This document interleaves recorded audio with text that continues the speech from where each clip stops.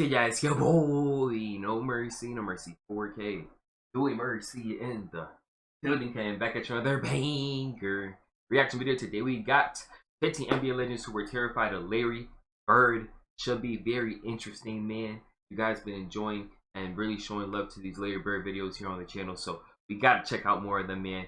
I've been enjoying them just as much as you guys have. If you want to see more videos to Larry Bird like this and want me to continue to check them out more frequently here on the channel, please hit the like button for me and subscribe if you are new here. I post every single day, multiple videos a day here on the channel. The more likes this video gets, the more I'll post, and the sooner I'll post another Larry Bird video. I've been reacting to Larry Bird a lot more recently, actually. FY.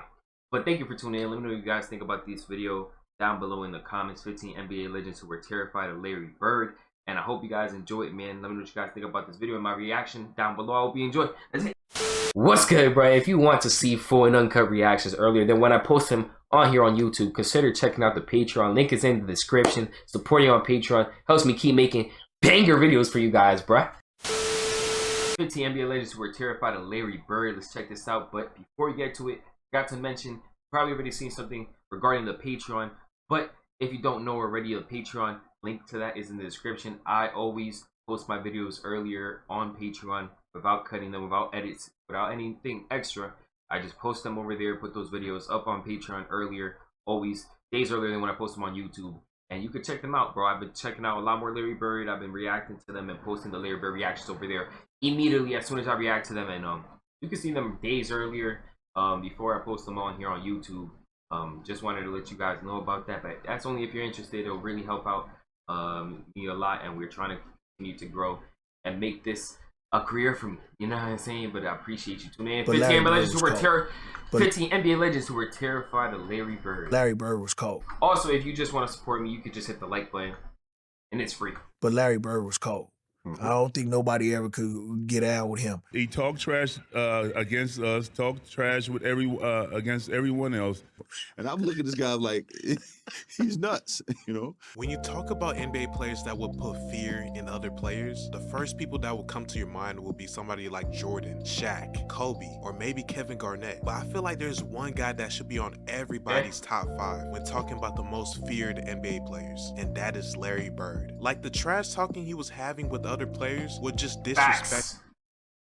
Facts. And that is Larry Bird. Like, the trash talking he was having with other players was just disrespectful at an all-time high. But at the same time, hilarious having with other players was just disrespectful at an all-time high. But at the same bro. time, hilarious and crazy. Literally. Seriously, I will crack up laughing at the way Bird will make players and even legends look like fools. The fear Bird instilled in players' hearts night after night made him a formidable opponent for defenders and even coaches. Larry would literally tell defenders what he would do on the court and proceed to do it. It was exhausting playing Bird every night because they will be in it's actually crazy to think, bro. I would have loved to have watched like Bird in real time.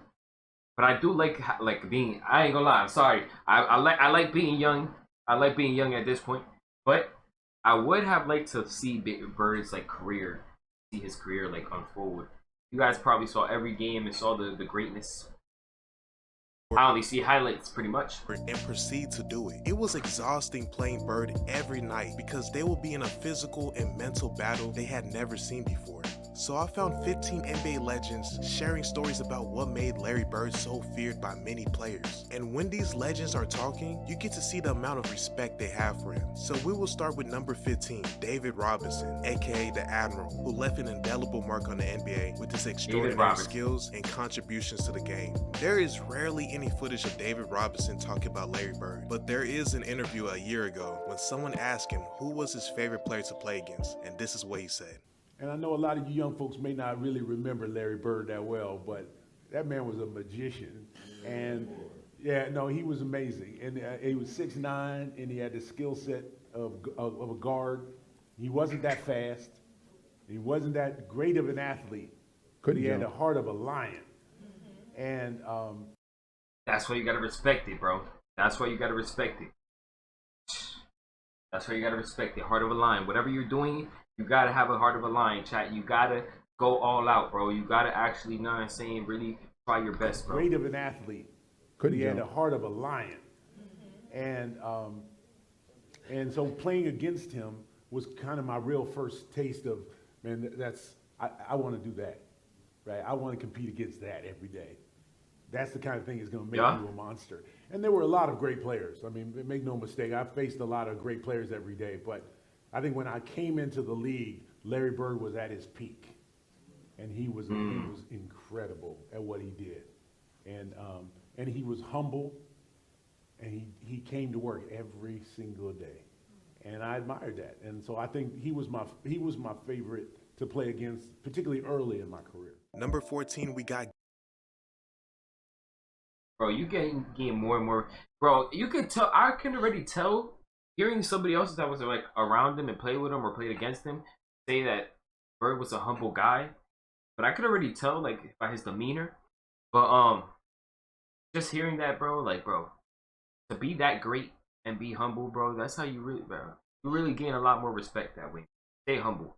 Always stay humble. He was my favorite. Eagles a big thing. Trust me, I know. But I'm saying, try to be humble as much as possible. I ain't gonna lie. To play against, particularly early in my career. Number 14. Shout out to David. Shout out to David, bro. Showing respect to Larry Bird. That Bird had a heart of a lion, man. He was to work every single day. Favorite to play against, particularly early in my career. Number 14, we got Gary Payton, one of the most well-known trash talkers in NBA history, who had intimidated many players in his career. But it is shocking how highly he speaks of Bird after all the battles that he went through against Jordan. He will still pick Larry Bird when it comes to getting into your head. This man was a trash-talking connoisseur, but the way Larry Bird was talking trash was something he never experienced. And Larry Bird would shoot it anywhere. If you think about how many times he won a championship and what he was shooting. He put it in a spin cycle. If you think about, bro, this is just a shooter, bro. How many? The shooter, man. Shooter, shoot, bro. Trust me, I know, bro. When you can shoot, bro, it don't matter where you're shooting from, bro. This is why, bro. Shooters can shoot from anywhere, bro. The things about like NBA players that only can shoot in the corner or they can barely shoot from this spot and they're hot in this spot. Nah, man. So if you're a shooter, you're supposed to shoot. Larry Bird would shoot it anywhere. Mid-range, think about 3-point. How many times he won a championship and what he was doing and what he was averaging. People don't understand. They was like, oh, he was slow. He wasn't. Nah, he was just smart. You know what I'm saying? He was smart and he can get it. He can get it done. He wasn't MVP all them times and all the All-Stars all them times for nothing. I'm going to take you over to this corner. I'm going to dribble 2 times. I'm going to hit your ass in the face. And it bet not touch the rim. Wow. And then he said, if it do, I'm going to come right back and do it again until it touch it. Hold on. All them times and all the All-Stars, all them times. We got here. I'm going to take you over to this corner. I'm going to dribble 2 times. I'm going to hit your ass in the face. And it bet not touch the rim. Wow. And then he said, if it do, I'm going to come right back and do it again until it touch it. That's how Larry Bird used to get at. Wow. What? Yeah, Larry Bird was the coldest shit talker ever. Yo. And he bagged it up because he was so cold. You know what I'm saying? So people ask people about him. Motherfucker used to tell you, boy, you can't do shit with me. I'm too motherfucking good for this. Wow. I'm going to give you a Christmas present. This jumper in your face. He's always He was a dominant force on the court. He said, yeah, this Christmas. No.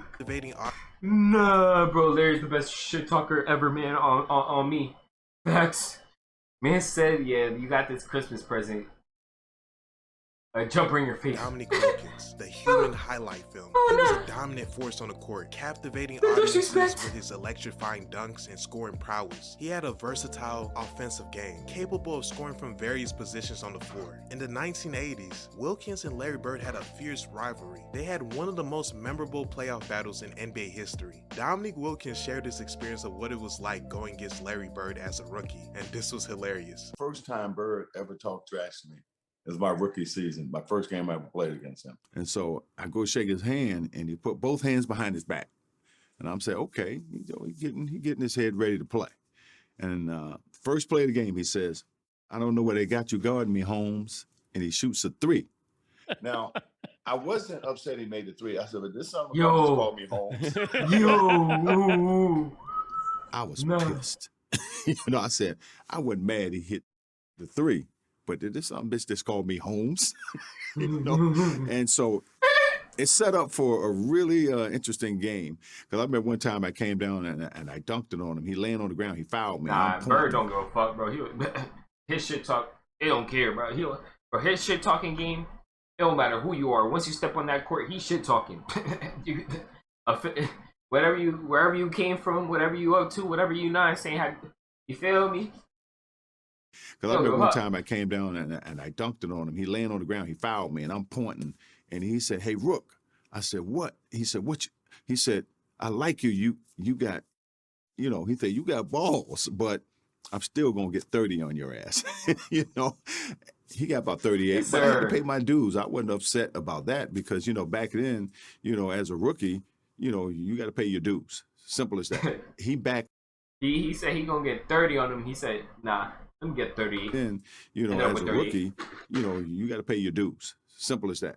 He backed up whatever he said.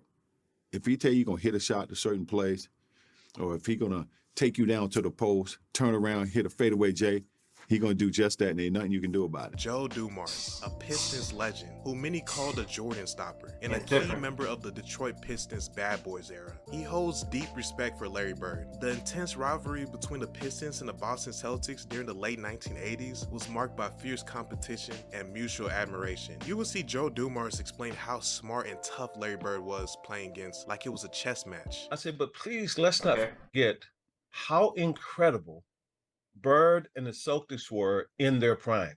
I said, they were almost impossible to go in there and beat. And they said, why? I said, because you could not make a mistake with them. If you turn your head or you don't rotate right on time or whatever it was, those guys made you play. And it was him. Like, he was a savant on the court, like just a savant, like two plays ahead on everything. And so I was just talking about this maybe 3 or 4 days ago. Damn, bro. I really think if Bird would have played a good 5 more years, he already has the case. He has the case. I'll give it to you. Bird has a GOAT case. But if he played a few more years, bro, he would have a really strong GOAT case. No. And so if he was just like, if he didn't suffer I know he suffered a bunch of injuries throughout his career. Helping his mom in driveway. I remember hearing that story that one time. Damn, bro, it's sad, bro. Only he played a few more years. Savant, like 2 plays ahead. Imagine what he on could accomplish. Everything. And so if he was just healthy throughout his career, just a savant, like 2 plays ahead on everything. And so I was just talking about this maybe 3 or 4 days ago, how hard it was to go into Boston and beat a team when Bird is in his prime. Dennis Rodman, a Hall of Fame NBA player, renowned for his rebounding and defensive prowess, had so many battles against Bird when he was on the bad boy Pistons. And even though he said some crazy statements about Bird, like saying he wouldn't be able to play in today's NBA, he still had respect for Bird's game when going against him. He actually... Stop the cap. Stop the cap right now. Stop the cap. Bad boy Pistons. And even though he said some crazy statements about Bird, like saying he wouldn't be able to play in today's NBA, he still had... Bro, anybody that says that statement is either one, hasn't watched anything of Bird, because from everything I've seen, Bird could definitely have killed today's NBA as well. He'll be another Jokic on some shit. Facts. I'm saying Luka Doncic.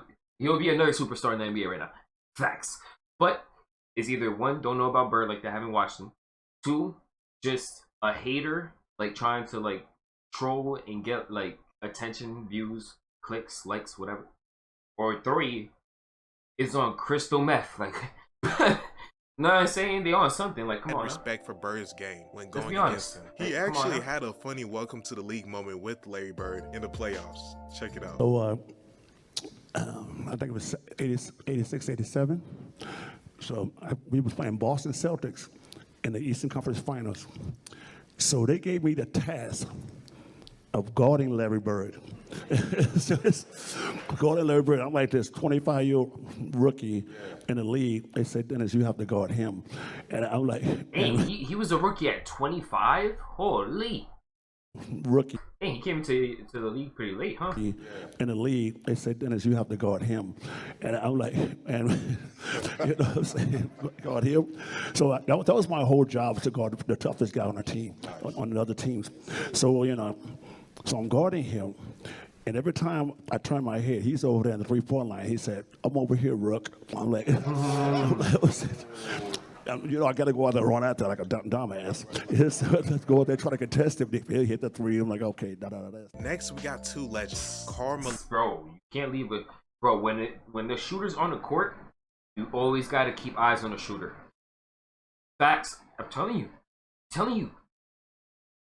Take it from a shooter himself.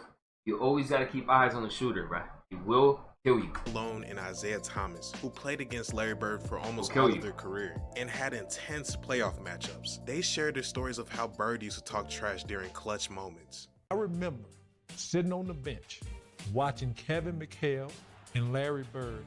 And Larry Bird did something. To me, I'm still marveled at this. And he got so many people. It was a timeout. And one of our teammates, Bart Kofold, had a camera. Right. He's taking pictures. So Larry Bird came over there and looked at our bench. And he said, 3-pointer from right over here. Yo. So looking like that Babe Ruth. Calling your shot already, right? Yeah. Damn. So Isaiah, I'm sitting there looking. Bro, Bird is so he looked different. down at the floor. Hell, everybody looked down at the floor. He like he threw something. And he hit a 3. Oh, can you believe that? And I remember Kevin kind of looking over at the bench like this gonna be a long night. We walk out on the court. Yeah. And he said, "Who guarding me?" Larry used to always call me Cheesy, right? He's like, "Cheesy, who guarded me?" And I was like, you know, I got Kelly, I got Lamb, I got Benson. He's like, "You ain't got no brothers?" He's like, yo. Like you? He's like, you? Nah. Disrespecting me. That's what he said. Straight up. That's exactly what he said. He said, Hey, bro, he just "Hey, man, calling you us. can't put no white." He just calling a spade, bro. Calling a spade, bro. He don't, bro. Where the He's come on, man. Like you? How you gonna get the? He's like you. Disrespecting me. The white That's guy what on he me, bro. said. Straight up. That's exactly what he said. He said, "Hey, man, you can't put no white dude on me." Hey, bro. That is straight disrespect. Yo. Right? He said, "Don't put no white dude on me." So check this out. So the next year we come back, I said, "I got somebody for your ass," right? Yeah. He said, "Who you got?" I said, "Rodman." He said, "Okay, he's a little better." He said, "But don't ever put no white dude on me because that is disrespectful." Yo, you say a little better. Patrick Ewing, a New York Knicks legend and one of the best Little centers better's of all time, is close friends with Larry Bird and has voiced admiration for Bird's skills, basketball knowledge, and leadership on multiple occasions. And he told people that Larry Bird's trash talking was the real deal. He talked trash against us, talked trash with against everyone else. But you know the difference is he could back it up. He could back it up. You know, I remember, you know, like I was saying, growing up in Boston, people always talking about that he can't jump, he can't do this, he can't do that. And, you know, a lot of my friends was like that, you know. So, I got to the league. I called all my friends back up. I said, you know, all that trash that you were talking, you need to squash all that. This man is great. He can, whatever you were saying for a man who can't jump, he's demolishing everybody. Here are 3 legends. Gotta respect it, bro. You gotta respect it, man. Come on now. They see the greatness. If the NBA players themselves, they see the greatness. You gotta respect it, bro. They're giving themselves their flowers themselves, their respect. They're all saying the same thing. This dude was a terror. He was terrifying the league. He was terrorizing. He was terrorizing the league in his prime when he was actually at his most healthiest, probably going crazy, snapping on people, telling them what he's gonna do before the play and actually doing it, backing it up, talking his shit and then backing it up, bro. A lot of people just talk shit and don't really back it up. They just talk shit just to get in your head or try to get in your head, and they'll drop like 6 points. You know what I'm saying? Like do nothing or and not lock you up or anything like that. You feel me? But Bird was not like that. He definitely backed up his shit talk. You gotta respect it, bro. Shout out to all the legends showing Bird this kind. And I'm Dr. saying, J, Kevin really? Bird deserves all the respect. Dr. J, Kevin McHale, and Bill Walton explaining Bird's impact on the game and his mindset when playing. Pay attention to McHale's story especially because it shows what Bird will do when the game is on the line and he's not having the best night. You know, this guy, I think he was born to play basketball. Seeing him come in and making the adjustment early, taking a team that had won 20 games the year before, and, you know, the next year, I mean, you know, they're 40 plus, and the next year there's 60 plus. That's actually insane, bro. To go from a team that had 20 wins to 60 plus in just like 2 years is actually an insane transformation, and that just shows how much impact Larry Bird had on the game and his team, bro. No wonder he won. Didn't they say that he won 3 back-to-back MVPs in a row? Like, that's insane. Nothing bothers. Will never be done again, probably. Competitor, great hands, great vision, great feel for the game, and just, you know, could go out every single night and just play at an unbelievably high level. Didn't have to shoot the ball really well to have a good game because he did so many different things. I'm out. I'm inbounding the ball. Larry, we drop a play. We're walking out there. Larry says, "I'm gonna shoot a 3. I'm gonna win it right here." And I'm like, "Larry, no. I just make it 2. We're just going to overtime." I'm thinking, "My God, you haven't made a shot all game long. Don't do that now." So we walk over there, and Larry walks by the bench, and he tells the Phoenix bench, he said, "Nah, I'm fixing to jump out here, bust this play, and knock a 3 down on you and go home." Bruh. And the bench looks at him and stuff. So Larry busts the play, jumps out, gets the ball on kind of in front of their bench at 3-point line, shoots it. As he lets it go, he looks at the bench and said, "Told you so," and starts running to the locker room. Yo! We win by 1, and the bench coaches have. Bro, that was wet too, bro. That shot was wet like water. And the bench coaches have this. El Bianchi's got this look on his face like honestly, like he's seen a ghost. He's just sitting there, and I walk by and I does it all the time, and El Bianchi just shakes his head. But that was classic Larry, a will to win, unbelievable amount of confidence. But the best thing was he had no idea what I was thinking in my mind, like, am I really going to throw it to him? He hasn't made a shot all the fourth quarter. He ran in, and by the time I got in... You better throw it to him. Because Larry Bird, he'll be mad at you. He hasn't made a shot all the fourth quarter. He ran in, and by the time I got in there, he'd already popped a beer. He had a beer in his hand, and he was laughing. And I just walked up to him, gave him a hug, and said, "Man, you are something." Nobody worked. That's crazy. Man already popped the beer right after the game. Nah, why does this look like Messi, though? For a second there, I thought this was Messi, man. What the? Why they kind of look like Messi face? Low-key. Gave him a hug and said, "Man, you are something." Nobody worked as hard as Larry. He was the first guy there. He was the last guy to leave. He wore that body out with the jumpers and the running and the movement and the concentration and the focus and the discipline and the sacrifice. He had it all. He wanted the light on him. He wanted the focus, and he wanted that ball. And if it ever got to the point where Casey Jones, a coach who we just loved and would do anything for, if Casey would ever call somebody else's play, Larry would just say, no, I'm shooting this ball, and he would. 2 seconds on the shot clock. Bird wants a 3 out of it, and he gets it. Hey, when he can say that and back it up and make the shot right then and there, right after, on the play he wants, you gotta give it to him. Next, we have 2 NBA legends. He's that good. Who are in my top 5 of all time. Magic Johnson and Kareem Abdul-Jabbar. They both said Larry Bird was the best guy they played against. And listen to how they describe Bird's game. You can tell that it was war when you're getting ready to play against that man. And you had to be on your A game at all times. The best guy I played against might have been, Larry Bird. Someone like that. How good was really? Bird? I don't think people look at him and think, he's a white guy, slow guy. Chubby white guy. He wore us out, man. Yo, Chubby's crazy. Because he just... Chubby's crazy. He wore us out, man. Because he just...